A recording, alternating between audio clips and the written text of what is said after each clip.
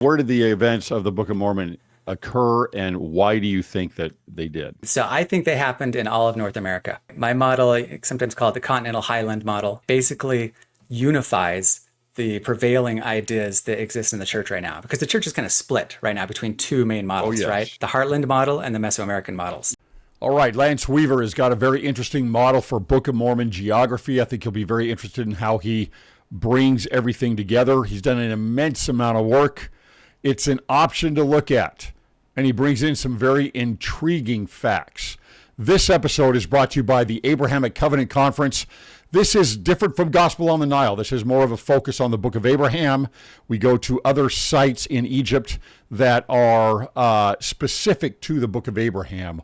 The pit tomb where Libolo finds the mummies and the papyri. Additional tombs where facsimile number 1 and variations of that facsimile are found. And the education is very focused in on the Book of Abraham, its origin and its content. This trip is January 30th through February 9th of 2026. If you really like the Book of Abraham, if you really want to learn more about its teachings and actually see the sites that are associated with the Book of Abraham, you'll want to go to this conference. Simply go to Cwic Media, CWICmedia.com. At the top, go to trips and events and scroll down to the Abrahamic Covenant Conference. Here we go. Hi,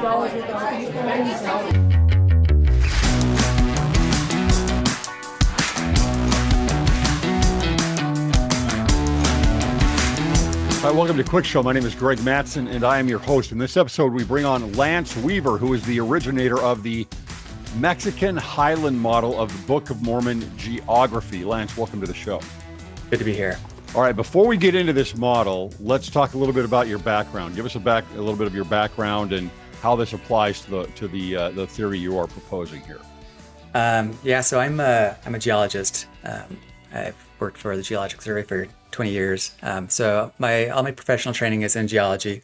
I have a lot of really novel theories on geology. I do geologic tours a little bit on the side. I have a website that's a really popular website called utahgeology.com that I built in college and have maintained ever since.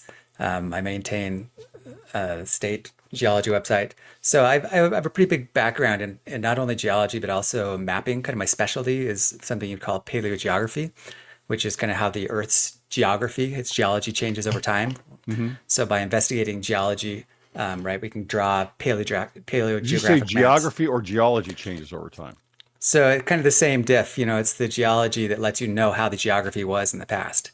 Okay. So we can go look at a geologic unit and, find out where the shorelines were 100 million years ago, right? Mm. So then we can kind of create maps through the past that are based on the geology, but tell you the geography, right? Okay. And then my specialty in that is creating visualizations. So on my Utah Geology site, so this is my site, right?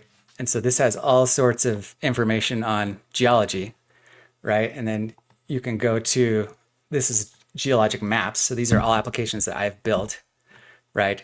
And you can zoom in and actually find, the geologic information.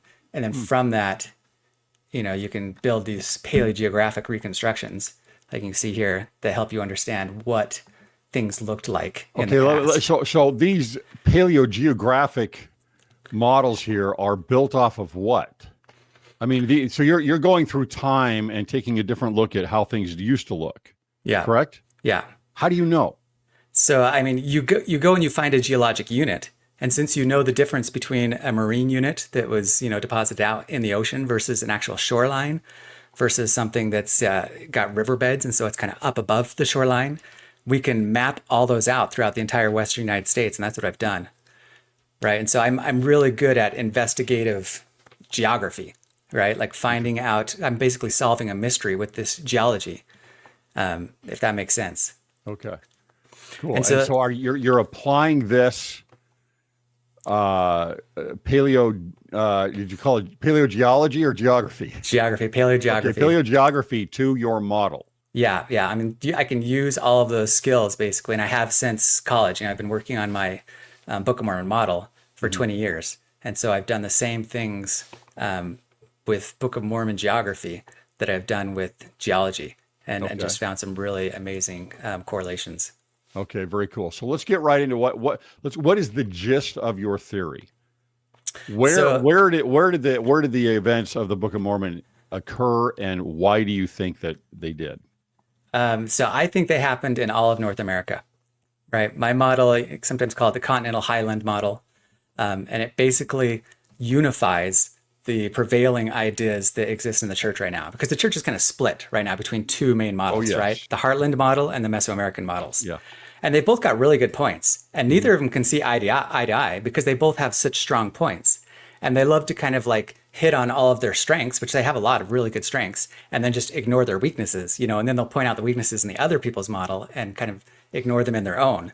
But my idea, and I have tons of evidence on this, is that they're actually both right. Right? It happened over all of North America. That's what Joseph Smith taught. That's what the scriptures make pretty clear. I mean, it's not kidding when it says the whole face of the land from sea north to sea west, sea south to sea east to sea west. And it happened over all of North America. And somewhere along the line, people just thought, oh, these ancients, they were dumb and they just couldn't travel long distances. Even though in Eurasia, we know that the empire stretched 4,000 miles. They stretched all the way from India to Rome. These massive empires all the way back to 600 BC. But it's like in the New World, no, they just didn't travel very far. Well, I think part of that, though, is the internal text, right? The text of the Book of Mormon that talks about how many days it takes to travel to different places. And so they've kind of minimized the areas, I think. And whether it's going to the Hopewell in the Heartland model or going down to the Maya in the Meso-American model, it's kind of like they've concentrated it into it based on the number of days they say it takes to travel from here to there, etc. Yeah, and the text is pretty specific when it talks about travel between the land of Nephi and the land of Zarahemla. And so we have a really good idea of how long that took. And we know that that's like within a maybe 200 to 400 mile area. So that's a legitimate, every model has to have that fit in. But when it comes to about talking about the difference between the land northward and the land southward, when we're talking about the land of many waters, the land of Cumorah versus the land of Zarahemla, in that case, it never gives a day's travel. The only indication that we have is the final flight when they flee from Zarahemla to Cumorah. And in that case, it takes 59 years. Right. And so we know that's something that takes 59 years. I mean, for reference, for the Saints to go from New York to Kirtland to Nauvoo to Salt Lake took about 29 years. And they built a lot of cities on the way, and they did it in multiple legs. And then they traveled about 2,500 miles.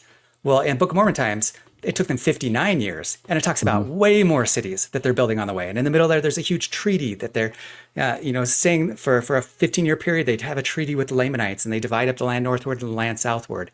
When Haggai traversed northward with his 20,000 people, the indication that we have is it's many days. It's the only verse in the entire Book of Mormon where it says an exceedingly long distance. Like they're not just going a long ways, they're going an exceedingly long distance. So I think there's so many clues in the text that let us know that it's like this is actually a very large area. But people have minimized it for various reasons. And the biggest reason, I think, has to do with the narrow neck. Okay. So let's go. Let's start off where? Where are we starting off with to talk about the Mexican Highland model? Let me jump in and just give, let's see, so this is the Highland Continental model, right? And I mean, there's a lot of really important aspects of this. My land of Zarahemla is like the biggest ruins in all of North America, right? So where I think a lot of other models really minimize the Book of Mormon cities, mine draws on the most prominent cultures and archaeological ruins on the continent. So let's see. So one thing I kind of wanted to hit on is in order to build this, I first, kind of began by, I kind of realized in my mind, I have to not only build an internal model, but I have to know where all the archaeological sites in North America are, right? And so to do that, or I built an actual application that sticks all of the sites in North America on a map. So if you can see that, I have this application on my website. Like all my stuff is kind of presented on this gathered in one site. But in here, I built this kind of North American archaeological explorer. And with this, I've cataloged every single, major archaeological site in all of North America. I cannot believe I've gone through your site. The amount of work you have put into this is really something. Yeah, I mean, this is thousands of hours over 20 years. And I mean, this thing lets you see things in every way. If you want to stick it on a different background, you can stick it on a different background. if you want to open it up, over here and go to open the entire thing up in like a 3D model so that you can see it Google Earth style, it'll let you do that. And then if you click on any of the actual dots, it'll open up all this information that I've entered, links to the Wikipedia article, actual images, right? And so I really know a lot about archaeology. I'd say that I've probably done more research on this than anybody out there other than maybe John Sorensen when it comes to the actual geography. I've spent a long time studying every single site, every single geographic feature. Okay. So Zarahemla, where is it? So Zarahemla is in the Valley of Mexico. And I'll just show you the basic overview of my model right here. Right. And so you can see that the land of Nephi is actually the Zapotec Empire. And it fits so wonderfully. I'll go through a lot of these things later after I just do a broad overview. The land of Zarahemla is the Valley of Mexico and the Valley of Morelos. And so there's a lot of really amazing sites in there. And then as time progressed, as the battle got worse during the times of Moroni between the Lamanites and the Nephites, Zarahemla and kind of the heartland of Nephi got pushed more and more up into the heartland, or up into the Valley of Mexico, into the highlands. And so it ends up by the time of Christ, the main population center is Teotihuacan, right? And Teotihuacan is like these pyramids, like they're the biggest pyramids in all of North America. So this is the land of Zarahemla. Even though the original Zarahemla is down in the valley a little bit more. It's a massive area, right? This is kind of a thing like in the other sites, when we're talking about the Mayan models and the Heartland models, in one of them, like for instance, the Heartland model, most of them try and put Zarahemla just across the river from Nauvoo, right? And there's zero archaeological evidence of any city there. And so they kind of suggest that it's like, well, it's right in the river plain. Maybe the river kind of washed it all away and buried it. But it's like even then you'd have stuff up in the hills, and we're talking about the Book of Mormon where there's armies of 20 to 40 and 50,000 people coming out of this city. So it's got a population of 100,000, 200,000 people. This is a huge city that we're talking about in the Book of Mormon. So to suggest it's like, well, there's just no archaeological evidence, that's kind of crazy in my opinion. And then in the Meso-American models, the most dominant models are kind of the Grijalva models, and they've got Santa Rosa, Zarahemla. And it's a city that never had more than 20,000 people. So once again, and it's been buried in a reservoir now, so you can't even investigate it. But there was plenty of investigations before it got drowned. And it was just this tiny little city. It was smaller than Chapo de Corso. So once again, it's like my model, I'm matching the largest cultures, the largest cities with the largest things in the Book of Mormon. And the whole reason why I think that nobody has done this before and no one has been able to see this is one, because of this view in their mind that the cultures in ancient America were not as large as the cultures in the old world. And I think it's a view based on kind of ignorance of the past, something that's only now starting to be overturned, especially with cacao evidence, where they're starting to realize, well, there really was a lot of culture diffusion between the north, between things in, Cahokia, for instance, the main sites right there along the Mississippi, and the Valley of Mexico. We're getting a lot more evidence that there was transfusion. Well, there's a lot of trade. We know that there's an immense amount of trade going on between Mesoamerica and North America. Yeah, it's not like these were isolated tribes. Yeah, and they used to not think that. They used to think they totally were isolated. But I think the evidence now is showing that the second reason, I think, but the main reason why this model has never been discovered is because of the narrow neck, right? Because in the Book of Mormon, we have some things that have to, like the internal model is really consistent. And so you have to have a land northward, you have to have a land southward, you have to have a sea east, you have to have a sea west, you have to have a river Sidon, and there has to be a narrow neck of some sort between the land northward and the land southward. And for the longest time, there's 7 references in the Book of Mormon to either the narrow neck, the narrow strip of land, and then there's also the narrow passes. And a lot of people thought, well, the narrow passes are the same as the narrow neck. And so it's got to be this really narrow thing that's like a day and a half to a day's journey across. And it has to be between the land northward and the land southward. And it's like, no, that's actually not in the text. And it doesn't even make sense because a day's journey is only like 20 miles wide. There's not even Panama is even close to that. Panama's like 150 miles wide. So it doesn't make sense when you hold it in that way. But once you realize that it's like, oh, okay, the narrow neck and the narrow passes are a little bit different from each other. Narrow passes are kind of like subsets of the narrow neck. And the narrow neck is actually, I believe, basically Baja, California. So it's kind of like right now in our mind, if you were to try to delimitate and explain to people the difference between Mexico and America, you'd say, well, the border is up there by the Rio Grande. Mm-hmm. Well, back then, all the travel went along West Mexico, the West Mexico corridor, right? The mainland. Which is Mazatlan, all that area. It's really one of the most fertile areas in all of Mexico. And so what their delimiting factor was, it was the narrow neck. It's like the thing that changes is you go up past there, and as soon as you hit Baja, which creates this huge rain shadow, then everything becomes desolate, which is why they call it desolation, right? And then that's kind of the barrier between the two lands, northward and southward, were delimited by this narrow neck. But okay, so just explain. But Baja is obviously off to the west on the other side of the Sea of Cortez. Yeah. So if I'm going through a trade route, let's say, as an example, or and that's really what defines, I think, what most people are talking about. I think it's the same thing with Lehi as he's traveling through Arabia and whatnot. But it's like, but that's off to the west. It's not really something that you're going to cross, correct? Right. And that's why I'm saying, well, nothing actually happens on the narrow neck. Like the narrow neck is only mentioned 3 times in the Book of Mormon, and nothing happens on it. It always is by the narrow neck. So it's just a defining marker that they know it's up in that area. Yeah. But they're not crossing it. Yeah, because most of their transport is happening by ships anyway. I mean, Haggith tells us that. There's all these other boats that says they're doing shipping along the coast, up and down. Along the Pacific. Exactly. And then maybe even up into the Sea of Cortez. Yeah. Yeah, exactly where your cruises go. They go basically from Puerto Vallarta up into Baja. Yeah. And it's like, and the narrow neck is what sits between them. And there's a narrow pass that is talked about in the Book of Mormon. And it really is only a day and a half journey wide, right there at Mazatlan. And if you've been there, you know exactly. You've got this coastal plain, and it just rises into the Sierra Madre, right? And that coastal plain would be easy to kind of like build a fortification across and be like, well, this is the delimiting factor between our land northward and our land southward, right here on this day's journey, narrow pass that blocks the travel corridor up West Mexico. And nobody traveled up the interior, right? I mean, even into the times of the conquistadors, nobody went up the interior. That area, there was no settlements there. There were no little cities. I mean, the cities that are there right now, they weren't built till the late 1800s. You had to have wells because it is so inhospitable in that massive Mapini desert. I'm guessing you know Mexico fairly well. So you're talking about going up into the El Bajío and into the colonial areas, because those are colonial cities. And you go up, starting with Querétaro, going up into Celaya, going Irapuato, León, up to San Luis Potosí. Those are all in the interior.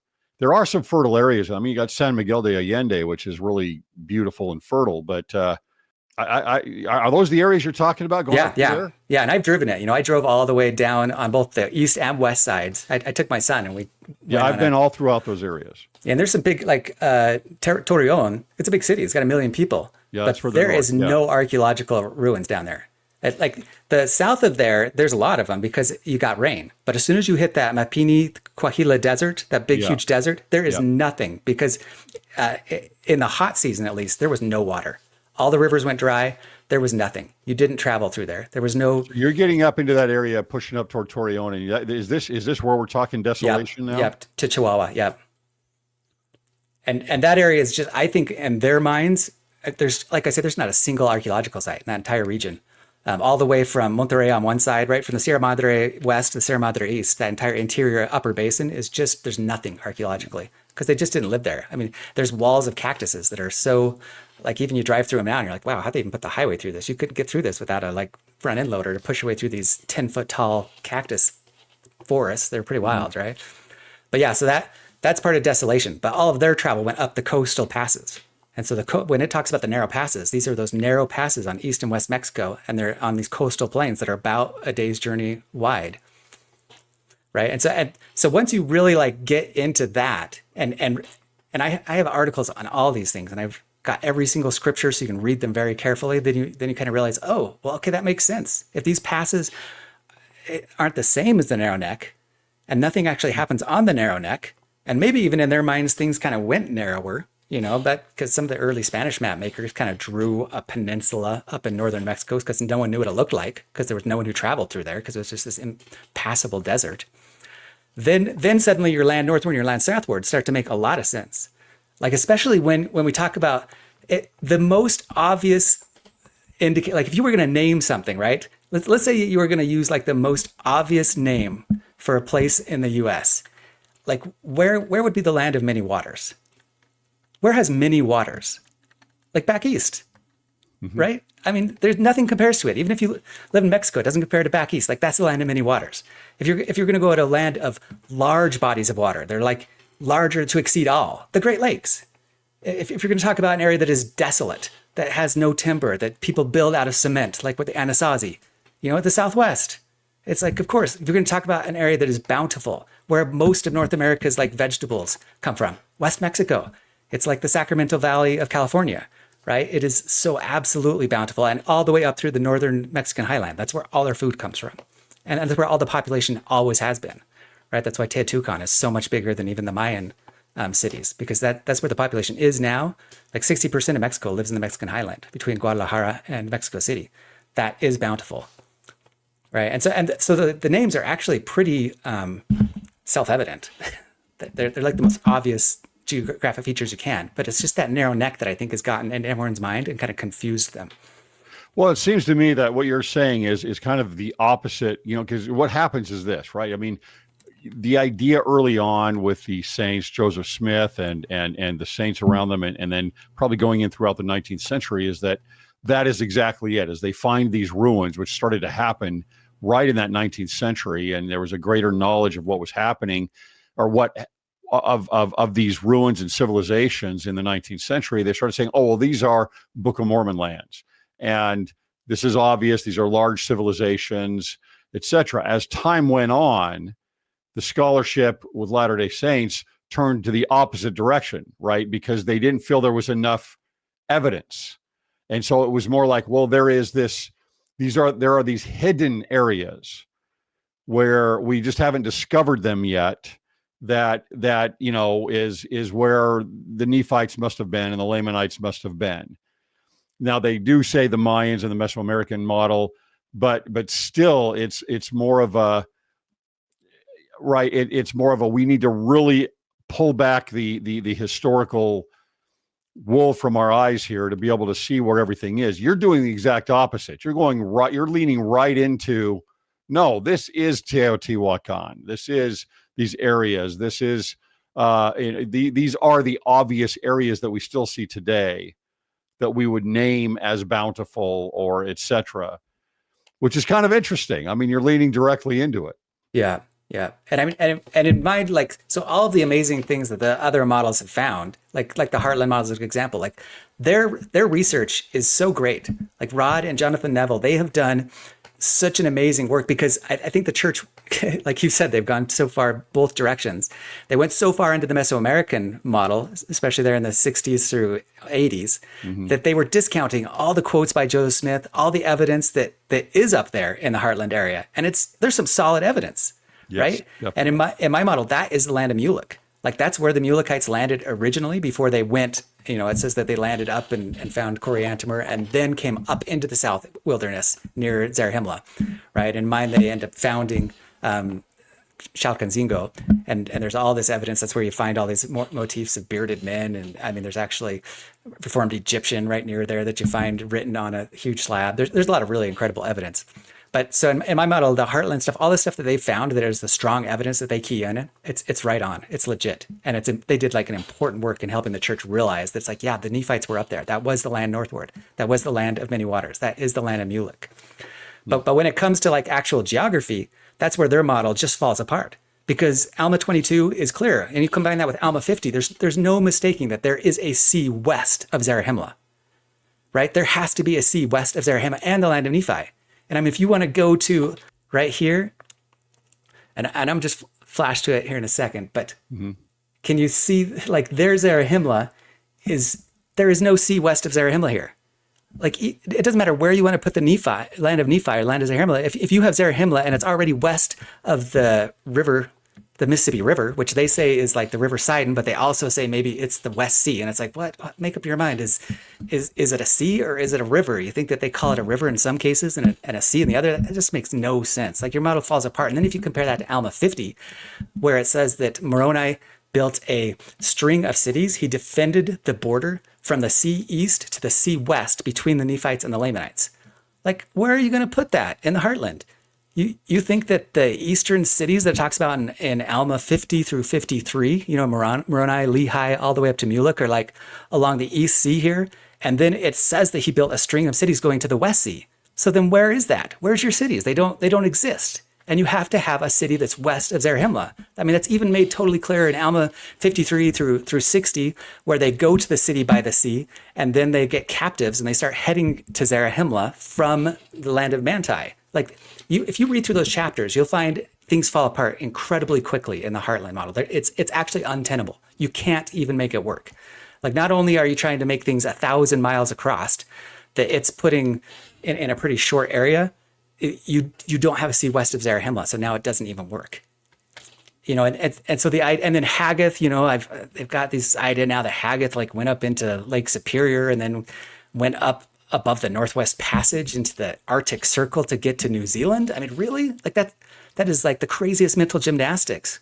But if instead you realize it's like, no, all of your really good stuff, like everything that they've found that is so amazing, it fits in perfectly to the Book of Mormon. If you realize, no, this is the land of Mulek. This is the land northward. This is the land of many waters. So hopefully that kind of makes sense. Oh, so looking at this, Mulek would have landed in North America. Yeah. And they followed a natural trade route because that's how trade routes are developed. Yeah. Even if it didn't exist before then, but it probably did. They followed a normal trade route that came down and brought them down to Zarahemla. Yeah. For whatever reason, they migrated. Yeah.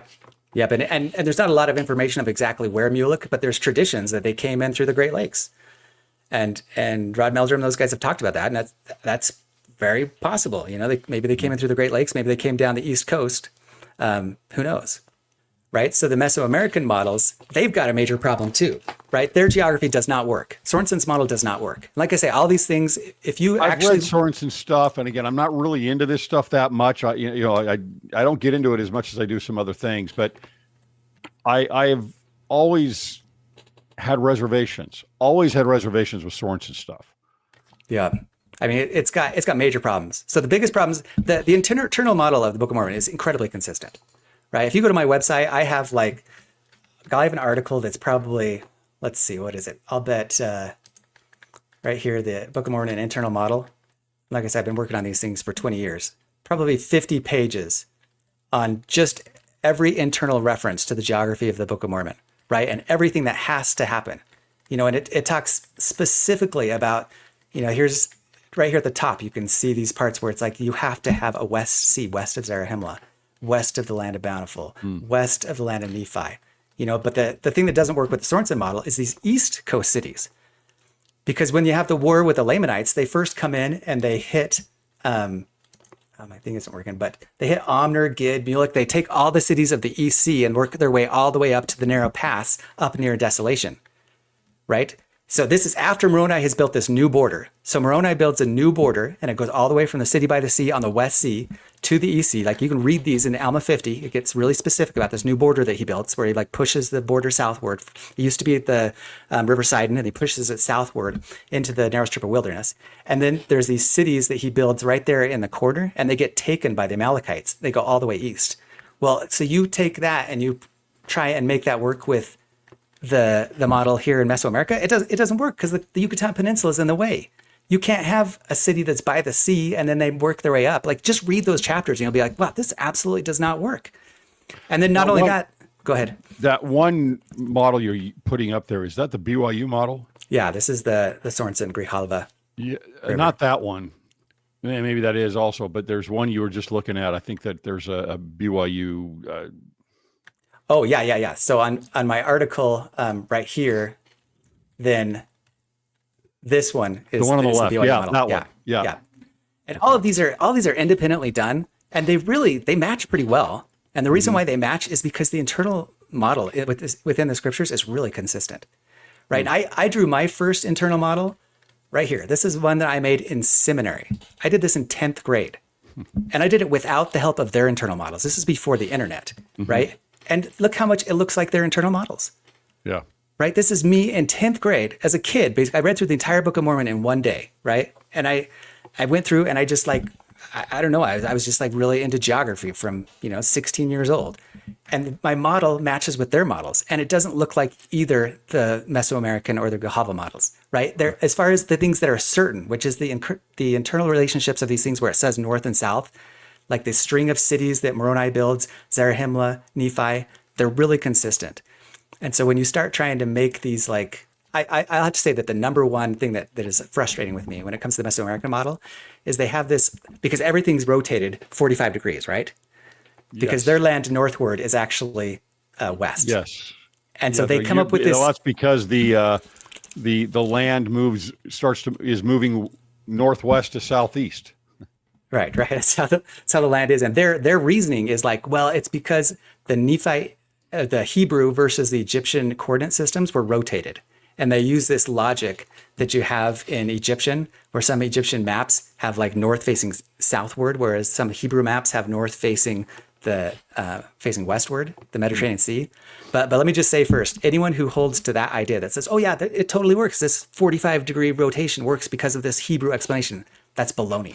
That's baloney. And you know how we know it's baloney? Because it gives the directions when they go through the wilderness. And it says exactly what direction they go along the Red Sea. And it says they go south and then southeast. And then it says they head east through Yemen. It is clear in Nephi that they are using the same coordinate system that we use, right? And so to say that it's rotated, that's just baloney. It's totally inconsistent. Interesting. And both the Heartland and the Meso models have these like crazy inconsistencies that they use in their mind to kind of clear up problems. But once you kind of see like, oh, this model doesn't require you to do those mental gymnastics. There's actually a model out there that you can just have everything work. Everything is the direction it needs to. And not only that, your city of Zarahemla is the biggest ruins on the North American continents. Your city of Nephi is also one of the biggest ruins that has like evidence of east-facing two-room temples with two columns. Like there's so much evidence. And then not only that, it ends up fitting with Joseph Smith, right? Because Joseph Smith, we have a lot of quotes from Joseph Smith and early prophets, and I've assembled all of them. Like I have an article on my website that gives every single quote by Joseph Smith, right? If you just go to my site here, and then you just look right here, there's a link, Joseph Smith's Continental Model, and you can see every quote that's attributed to Joseph Smith. Pages and pages and pages of them. And not only that, every single one of them is linked. Like you can go and see the original. So if you don't trust me, every one of them, you can go to the original. But if you look at his quotes, it's a continental model. Right? We're saying continental model. We're talking North America. Yep. Not hemispheric. Right. Hemispheric model is like what Sidney Rigdon and some of these other guys believed in. And it has the book, or Zarahemla possibly being in South America. Yeah, Panama is the narrow neck. Yeah. But the only thing that somebody quoting Joseph Smith puts in South America is the landing, right? They have Joseph Smith landing in South America. And I believe him. Why not believe Joseph Smith? Why not believe him? It actually makes really good sense given the ocean currents. And I can cover that in a minute. Because the ocean currents end up hitting you right into like Chile or somewhere in there. Yeah. Yeah. If you take the Roaring Forties, which is where I'll talk about that in a second. But they have the Heartland, the Zarahemla and Nephi being in Mesoamerica, right? There's several quotes, and the Heartlanders all dismiss this using kind of like complex logic. But I say, why not believe it? They have Zarahemla or desolation being in the Southwest. There's like 3 separate quotes of desolation being in northern Mexico and the Southwest U.S. And both the Heartland and Mesoamerican models, they completely dismiss those quotes. And then he has lots of quotes with Zelf, and the hills of the Nephites and all these quotes, and Cumorah being in New York, being Cumorah. So why not just believe it when he has a model that actually is very consistent? It's a North American model. It matches exactly with what I'm saying is my model. Why not just believe his quotes, right? Why? So why are the Nephites in North America? And when I say North America, I'm talking about the Midwest. The U.S. So they first start to go up there with Haggith in mass, right? So Haggith, remember, it's like 5,000 men and their wives and children. So this is probably like a group of 20,000 people in one voyage go into the land northward. And then it says, and then many more went up. And then it talks about other times where it's like there's just constantly this push of groups going north, right? And that's the land of Mulek. Mm-hmm. And so in my model, we constantly have groups that are heading from the heart up into, the heartland, the U.S., from Mexico And they're City. traveling up the west coast of Mexico. Yeah, almost always. Occasionally up the East Coast, but almost always up the coast of West Mexico. Because Getting over to the Midwest and the Eastern Seaboard, it'd be easier to go up the East Coast. yeah, I mean, if it weren't for hurricanes, it would be. Okay. So, and I think that's the main reason why there's just not very many archaeological ruins up the East Coast of Mexico, because that's Hurricane Alley, especially once you hit Texas, you don't want to be there in the fall. You're screwed if you do. Yeah. And so they head up West Mexico, and that's where all the kind of settlements ended up being. And they can take rivers, right? Because they can go up the sea, they can go up the Gila River into. So I think that the Valley of Phoenix was actually the Hohoakim, all the way from early times, was a major hub of the Nephites, and the Anasazi as well. That was a major hub of the people of desolation, right? And then they would go up through New Mexico, and they could jump into the Arkansas River. And once you hit the Arkansas River, then you can tap into the Mississippi, and that's like their highway system, right? And if you follow that highway to its nethermost reaches, it takes you to Cumorah, right? The very top of the Ohio is basically Cumorah. Yeah. Interesting. Yeah. Yeah. A natural trade route. Yeah. Okay. Interesting. Okay. So back up and let's talk a little bit more about the landing of Lehi. Why are they down in South America and Chile, and then they all of a sudden move northward all the way up to the Mexico Valley? Okay. Let's see. Well, Yeah, sure. and talk about the land of Nephi in between there. So the big reason is because that's where the ocean currents are. Okay, so this is kind of interesting because this is another thing where there's so much misinformation. It's just crazy the amount of misinformation that a lot of people will say, like, especially the Heartlanders will say, oh, you can't go eastward across the Pacific Ocean, and it's like, first of all, we know that that's false because the Austronesians did it, right? They started in Indonesia and they made their way all the way across to Easter Island, and inhabited all those islands, including Hawaii.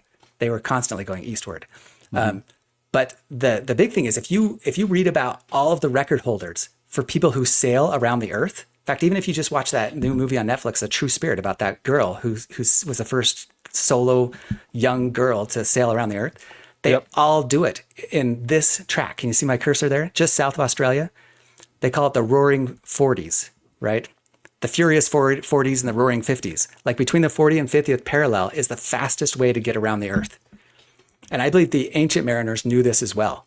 Right. And I believe that's why instead of heading out through all the Phoenicians would have, and like I actually believe Mulek went out through the Mediterranean, went up to England and then made his way across. But instead, Lehi is instructed to go all the way south, right? Go 2,000 miles. This is another funny thing. He travels 2,000 miles, and yet they think that the Nephites couldn't go 2,500 miles to Cumorah from Mexico to Cumorah, which is like 2,500 miles. It's hilarious. 2,000 miles from Jerusalem to more or less Oman or wherever. Yep. It's literally 2,000 miles. So it's the same distance as going from like Utah to Mexico City. It's kind of funny. Okay, so they go there, and then I think they head south to this sailing trackway, because once you can hit those winds, you go straight across, and then you can hook your way up the coast of South America, because that's where the prevailing winds take you. And that's really actually the fastest way to do it. And this is crazy. So all these quotes I hear at the bottom, like this was done as early as the 1600s, where they found this secret travel way to get across the ocean that you always head south. The record is 40 days, like making it all the way around the world in 40 days because those winds are so fast. Huh. Right? That's insane. And not only that, those record holders, they have to make a way up here to the equator and touch the equator and then come back down just so they can make the distance and say that it's a true circumnavigation. The westerly winds, they're pushing you east. Yeah. And they're crazy fast. And so I believe the Liahona took them south, probably past Comoros, which is probably where that word got into the Book of Mormon. So past the Comoros Islands, past Madagascar, which actually speaks an Austronesian language, because the Austronesians had this maritime shipping lane that they probably would have known about. And then they head to those Roaring 40s and go all the way across. And that's why they land in South America, right? And make their way up. And I think they were following a travel route that existed all the way back from the times of Joseph, right, in Egypt. Because I think the earliest, like the Amalekites, the reason why the Amalekites are in the Book of Mormon is because they're a biblical people, right? That's not like a new name. The Amalekites were people that were conquered by King David. They were the Hyksos. So these Amalekites in the old world had they were basically the tail end of a global culture that then collapsed at the time of Moses. And so I think that a lot of the earliest mound sites that you have in America actually date back to a culture that spanned between Egypt and the New World and Britain. Anyway, that's a whole nother thing. There's a lot of really interesting, I think, evidence of a global empire that existed during the Bronze Age that made its way to America, and that they kind of exploited those same shipping routes. Okay. So and so I think there was actually a lot more travel. I have an entire book that I'm writing on evidence that connects the old world and the new world, and it's pretty convincing. Like, there's some amazing evidence that I think that it'll be less than 20 to 30 years before all academia is convinced that there was pre-Columbian contact, right? Because the evidence that's mounting is like pretty overwhelming. Yes, I agree. And I think it starts from the Bronze Age and goes all the way to Roman times, and then it collapses. So during the Dark Ages, it collapses. You look at it and you look at the Book of Mormon. Just looking at the Book of Mormon, you have three different peoples. The only three peoples that are mentioned in the Book of Mormon, and they all come from the old world, and they all end up in the new world. Yeah. That is not a coincidence. Yeah. And that's three that are mentioned. Yeah, and those are just the three that are mentioned. Exactly. And then we get people like Laconius with a Latin name. And we're like, well, what the heck? How do we suddenly have a Latin name in the Book of Mormon? Yeah, the generals in the final battle. Like, look up how many of those ones are split. Half of them are like Latin or Greek, and half of them are Indonesian. So that's another. I could go into a whole thing about how Indonesian names are getting into the Book of Mormon. But I think this is, once again, why not just believe our prophets? Our prophets that are so sure that Haggith, on a second or third voyage, or a son who ended up getting lost at sea, went all the way over to New Zealand. I think that there was contact between Austronesia, which was kind of this maritime empire that basically ruled the trade routes between China and Africa. That's why Madagascar speaks Austronesian, is because there was this Silk Road, a maritime Silk Road. You can look this up on Wikipedia, that existed all the way back to the Bronze Age.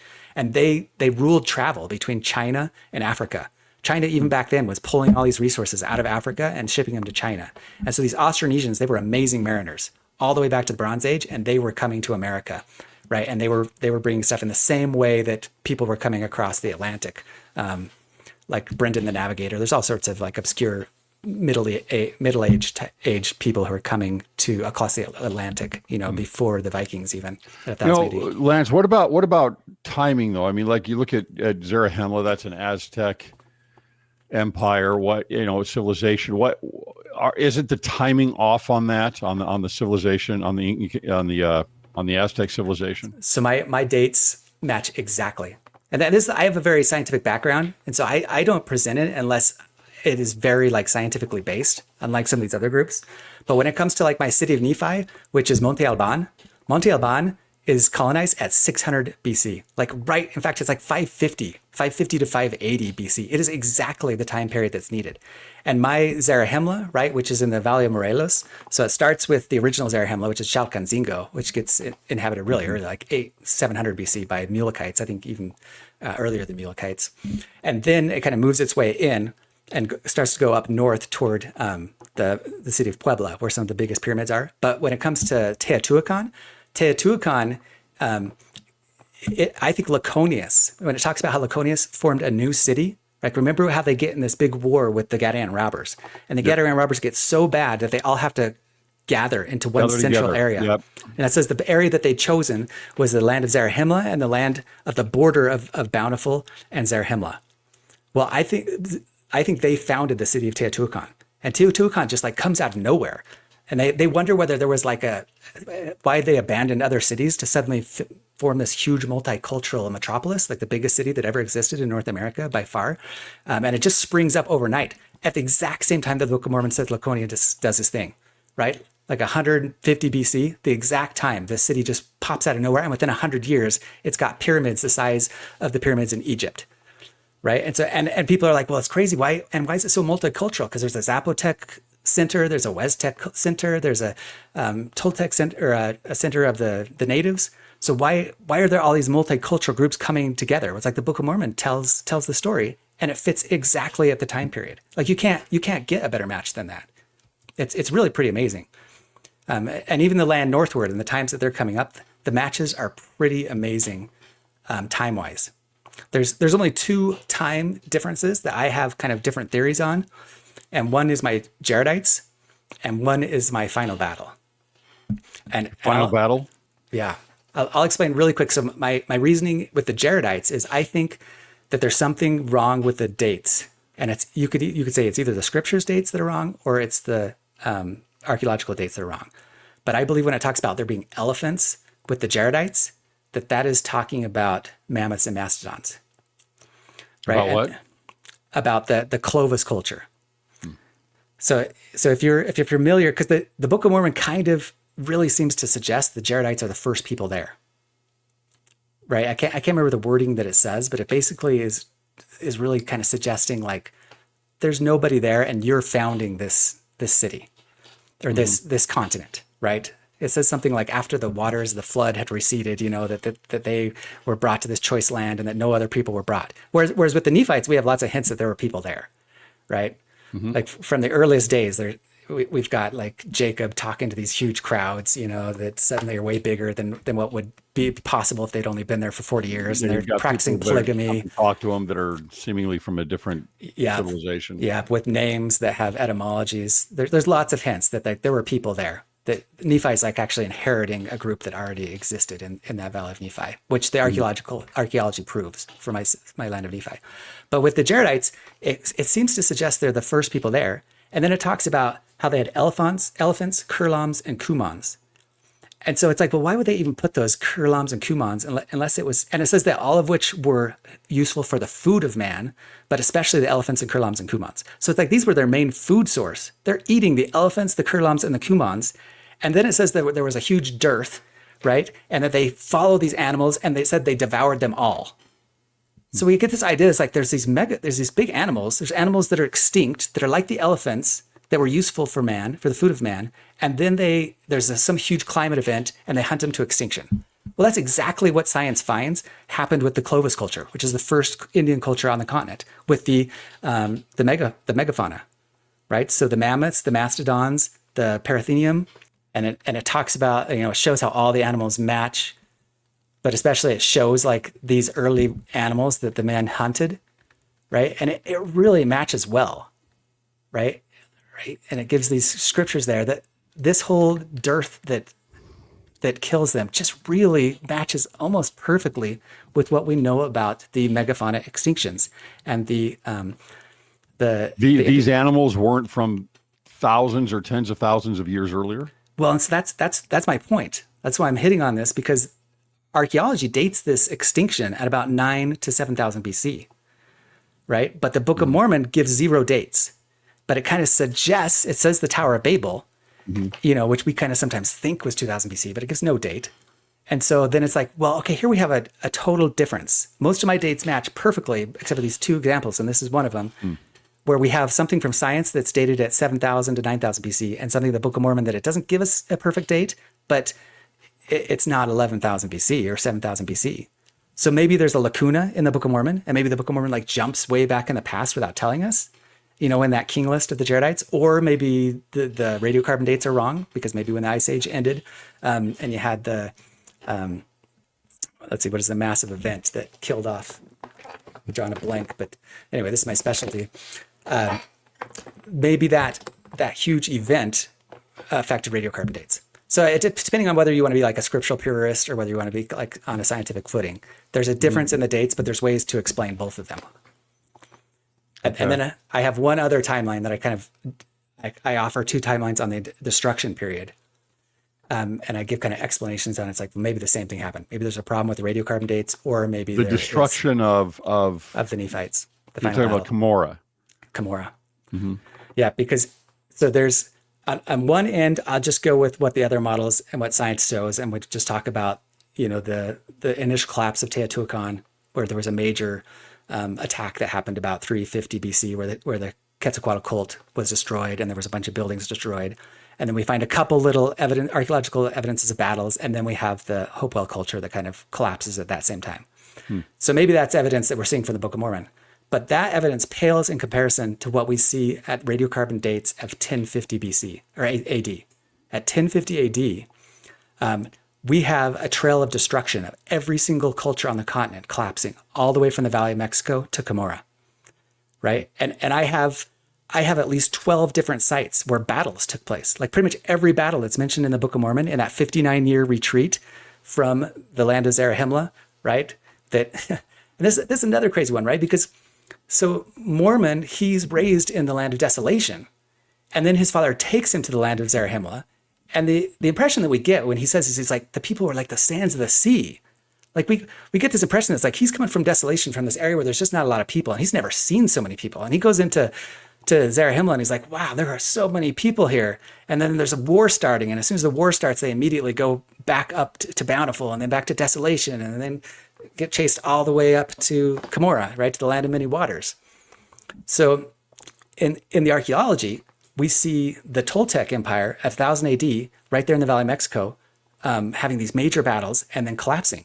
And then this massive wave of people heads up to the southwest. They go up West Mexico, and there's a bunch of huge burial mounds in West Mexico that show there were battles there, which is my borderland of desolation and bountiful, and then into the Anasazi lands. And the Anasazi in the southwest and the Hohokam in the Valley of the Sun there in Phoenix, they all completely collapse at 1050 AD. Right? There's this massive buildup from 850 to 1050 AD, and then they collapse.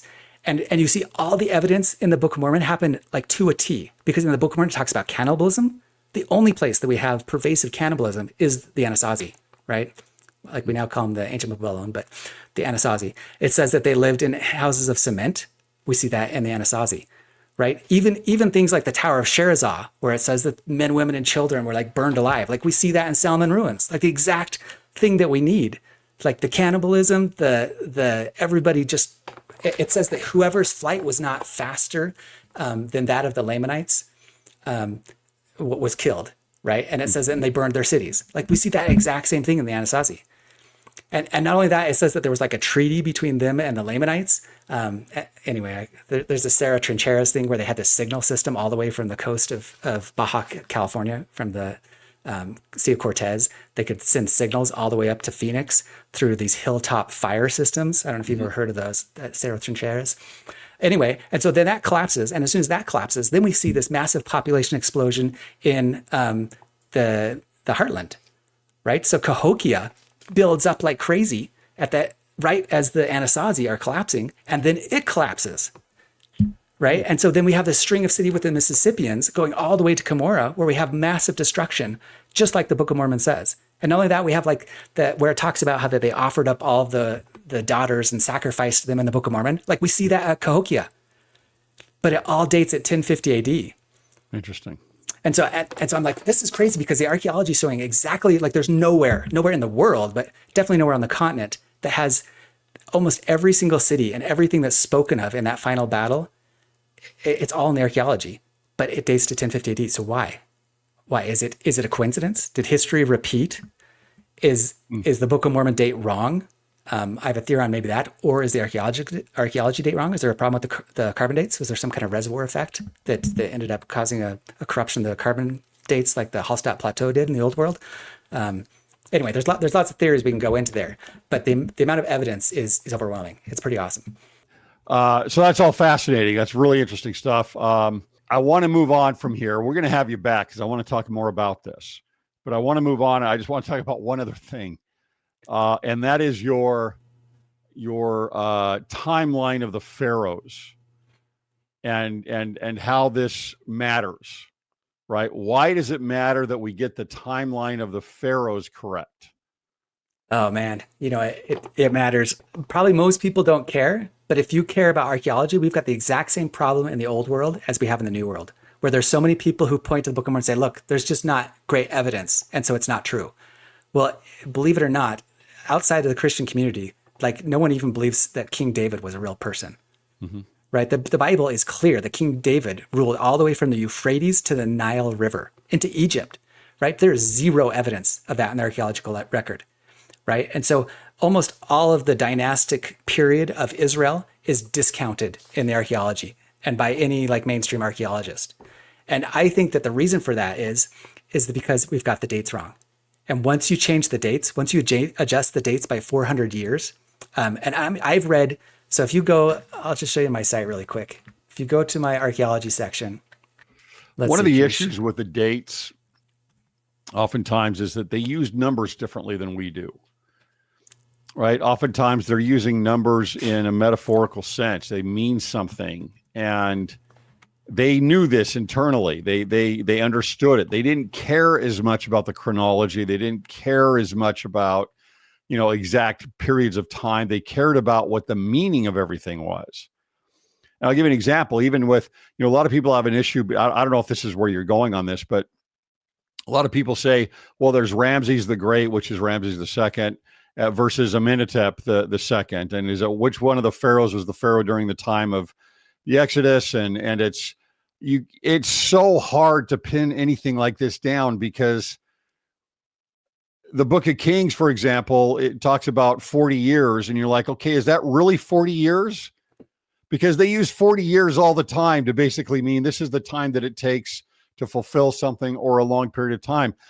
You have to coincide that with the timeline of Moses. Was Moses really 40 years old when he left Egypt? And then was he really gone for 40 years?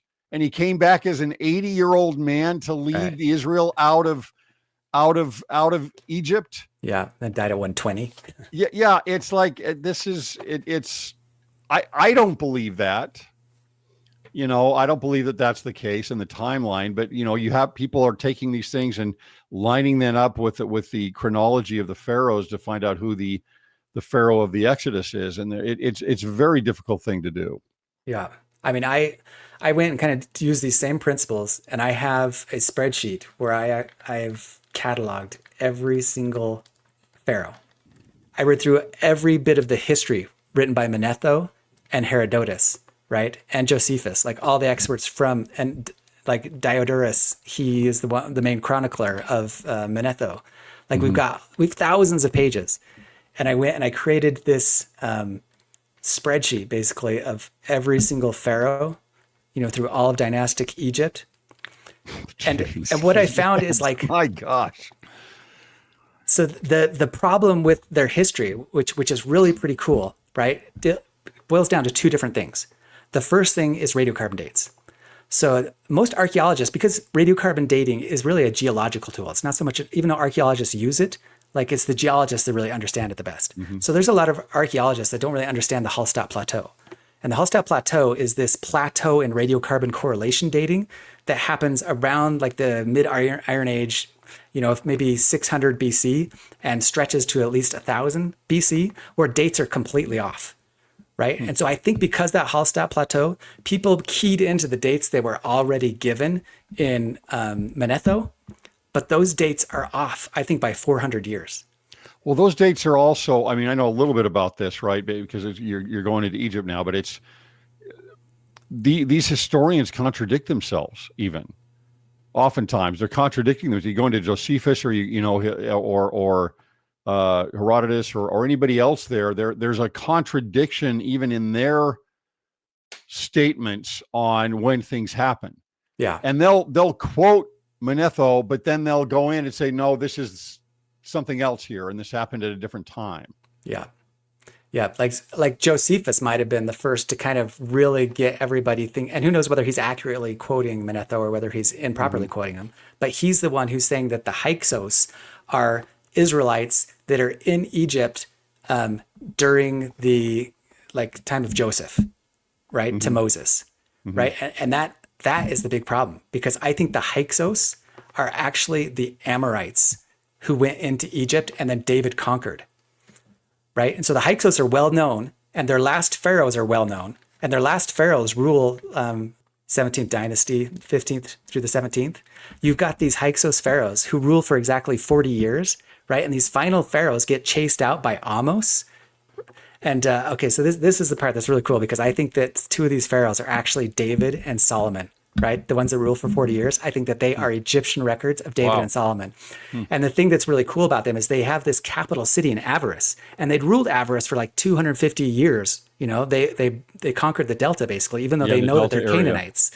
But their final rulers in this huge palace, they find all these chopped off arms or hands in that area, and then they know that Amos conquers them and chases them out. Well, that's basically what you could see in the Bible from David. Like Saul conquers all the way to a city that it says is by the Nile River, which archaeologists say, no, there's no evidence of that. I say that's avarice. And we know that tradition of chopping off hands, it's all over in the Bible during that time period, during the time of Saul. It says that Saul and David like did that. And so I think that is like Saul conquered the Amorites and the Canaanites, the Philistines. We know that kind of Philistine kingdom extended down into Egypt, and then Saul conquered it. And so basically David and Solomon ruled Upper Egypt or lower, what is that? Lower Egypt, right? Just for a short period, like 80 years before then, remember, after Solomon loses the kingdom, because the kingdom goes to Rehoboam and Jeroboam. And then it says that one of them forms an alliance with Egypt and the other one gets conquered by Egypt. Right. And so that king that conquers, I say, is Amos, which is different than what any other, like everyone else is kind of trying to follow Josephus. And there's major problems with their kind of theory. But this one, like the one that I have, is actually based on this document called the Kolbrin, which is this ancient text in England, which has like Egyptians coming into England. It's a super interesting text, but it gives a lot of Egyptian history. And a lot of that Egyptian history has now been like verified through DNA testing of mummies.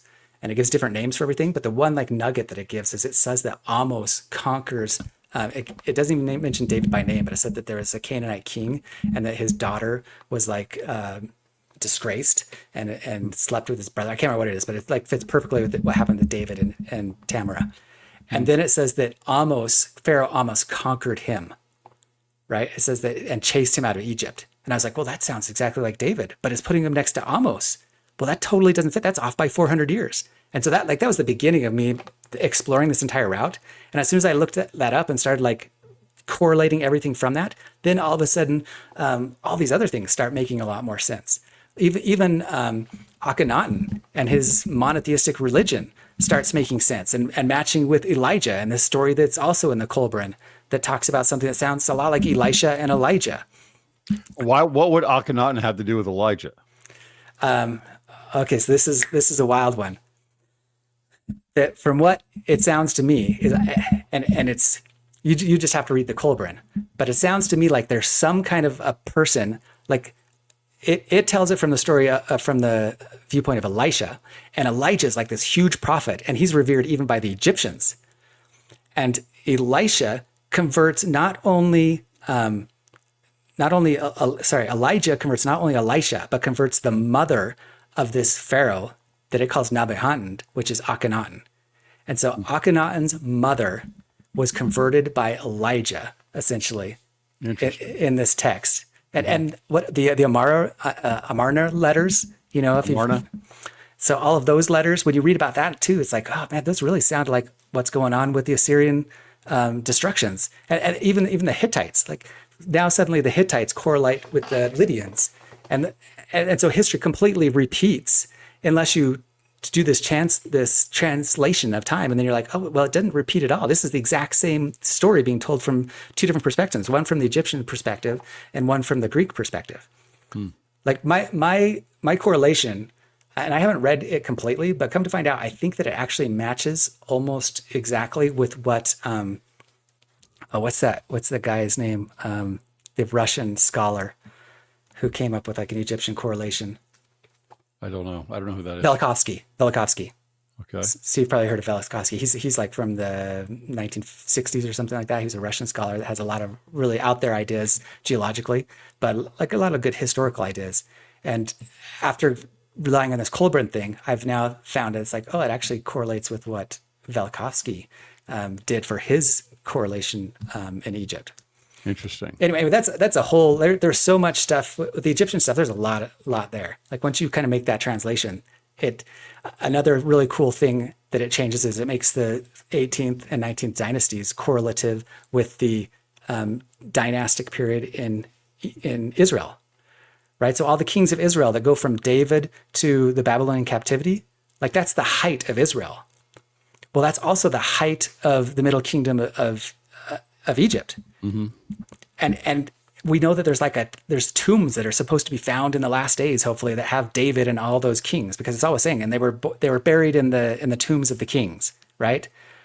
Well, that would be the exact same period that all of the kings, the Valley of the Kings in Egypt is being created. Mm-hmm. right? And it would make sense because we don't remember this very, and it's, the Book of Mormon kind of gives us the hint, but Israel was a vassal to Egypt that entire time. Yes. Like they were in the same culture. That's why Nephi was like speaking Egyptian, because until the Babylonian captivity, Israel was basically Egyptian. The northern kingdom had been conquered by Egypt. They were fully a vassal. And so the southern kingdom was like, had some independence, but they were still aligned with Egypt for that entire period, basically. And then I've the got northern a good kingdom idea was on why Nephi's speaking Egyptian, but Yeah. I think Nephi's a scribe, and I think the scribal schools were originated in Egypt. And I think Joseph of Egypt was a scribe, and he spoke Egyptian. And he's the one, I believe that Joseph of Egypt is actually the one who started the brass plates. Well, that's awesome. And so he's writing in Egyptian. It's not Reformed Egyptian, it is hieratic. And he's bringing that all the way down, and eventually it ends up in Laban's hands. And that's because their whole, and I would suggest when the kingdom, this is a totally different subject, but when the kingdom split to the northern kingdom and Judah, the northern kingdom is the one that's actually very tied to Egypt, because Ephraim is the master. Ephraim are the kings, and Ephraim and Manasseh are the ones that are carrying the legacy of Joseph right down. And that's why the Book of Mormon is such a Joseph-centric book, is because it's a different DNA. The brass plates are not the Old Testament. They're not the Old Testament. It's a totally different DNA. They have a lot of the same books, but it's not, oh, here's the perfect Old Testament, the brass plates. I don't buy that at all. Oh, that's awesome. Dude, we could talk for hours about that, because I got to get you reading the Kolbrin. All right. The Kolbrin, Culbrin. Kolbrn. So it's, in some cases it's spelled with a C, but usually KOL. Okay. And it's on my site. But in fact, it has so many words that it actually sound like Cwic, like from your Cwic Media. Yeah, sure. It has all, because it's written in Gaelic or something, right? Yeah. It's this Cwic is an Old English word.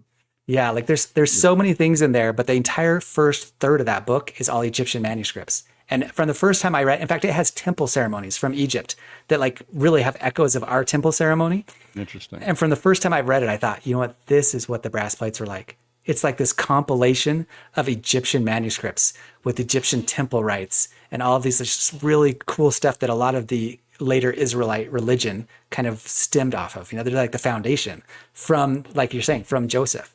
Because I think Joseph was Pharaoh of Egypt when Egypt was a global empire. Like when they're building the pyramids, it is this massive global empire for an entire age, basically. And then at the time of Moses, it just collapses. And there's like a 400-year period of just complete collapse, which is the first or the second intermediate period? Second.